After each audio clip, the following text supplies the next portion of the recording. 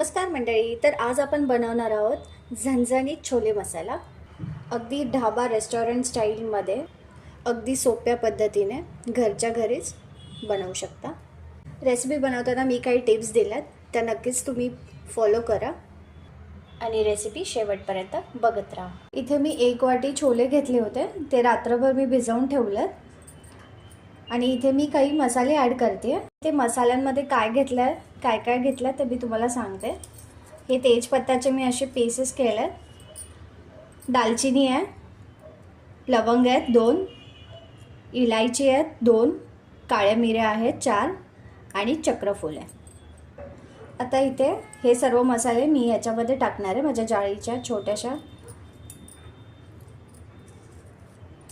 ह्याच्यामध्ये असे ॲड करणार आहे. तुमच्याकडे जर हे अवेलेबल नसेल तर तुम्ही पोटलीचा वापरही करू शकता. तर मी जाळी बंद करते. जेव्हा आपण कुकरमध्ये छोले शिजवायला टाकणार तेव्हा मी ही पोटली अशीच्या अशीच डायरेक्टली त्याच्यामध्ये टाकणार आहे, जेणेकरून मसाल्यांचा फ्लेवरही त्याच्यामध्ये येईल. आपण जेव्हा छोले शिजवल्यानंतर बाहेर काढतो कुकरमधून, तर तेव्हा पण ही पोटली डिरेक्टली अशी काढू शकतो. ह्याच्यामध्ये आपल्याला खडे मसाले असे वेचावे लागणार नाही, इंडिव्हिज्युअली असे वेचावे नाही लागणार. तर चला आता आपण हे शिजवायला ठेवूया.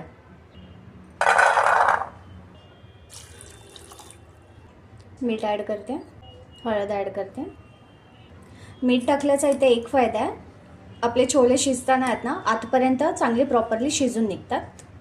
आता मी आपलं जाळीदार टाकते याच्यामध्ये. चला आपण आता याच्या 5-6 शिट्ट्या काढून घेऊया. आता जोपर्यंत आपले छोले शिजतात तोपर्यंत आपण छोल्याला लागणारा मसाला कसा बनवायचा तो बघून घेऊया. पॅन तापवत ठेवला, याच्यात मी जिरा ॲड करते, धने ॲड करते, ओवा, काश्मीरी लाल मिरची, चाट मसाला, मीठ, 4 काळी मिरे टाकते, काश्मीरी लाल मिरची पावडर.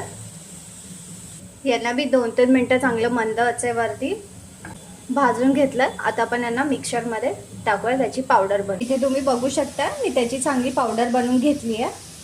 आता आपण ग्रेव्ही बनवण्यासाठी काय लागणार आहे ते बघूयात पुढे.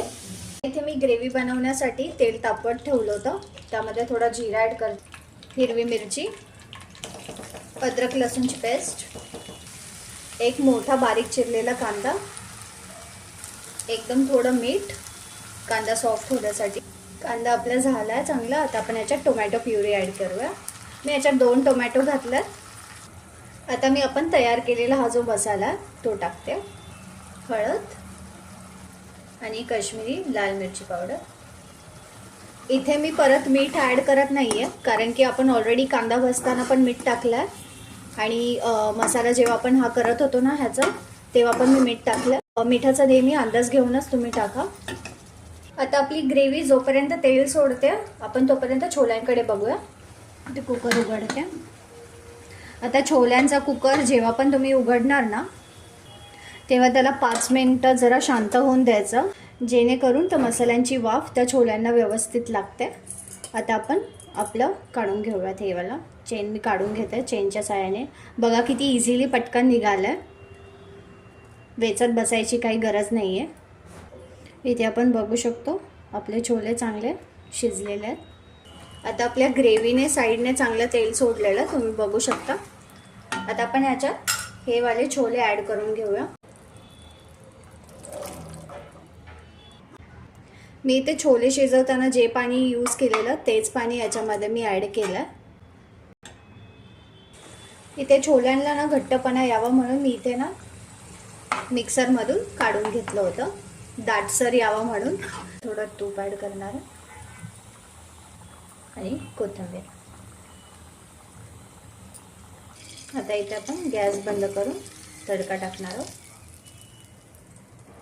तुम्हाला जर ही माझी रेसिपी आवडली असेल तर प्लीज माझ्या चॅनलला लाईक, शेअर आणि सबस्क्राईब करायला विसरू नका. थँक्यू.